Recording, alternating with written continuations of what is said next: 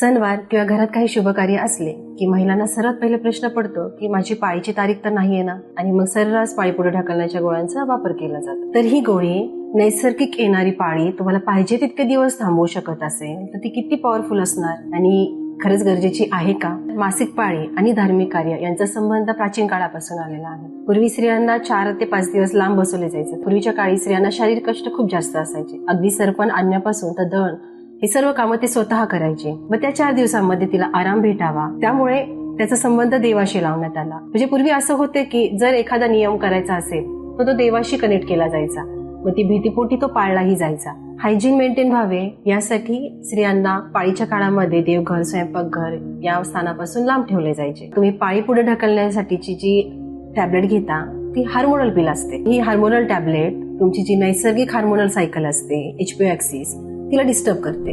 जर पाळीच्या काळामध्ये गर्भाशय अस्तर वाढलेलं असतं आणि त्याला ते व्हायचं असतं, पण ह्या टॅबलेटमुळे त्या अस्तराभोवती एक भिंत टाकली जाते आणि त्याला रोखून धरलं जातं. मग जोपर्यंत ही हार्मोनल टॅबलेट आपण घेतो तोपर्यंत आपली पाळी थांबवली जाते. मग यामुळे होणार काय?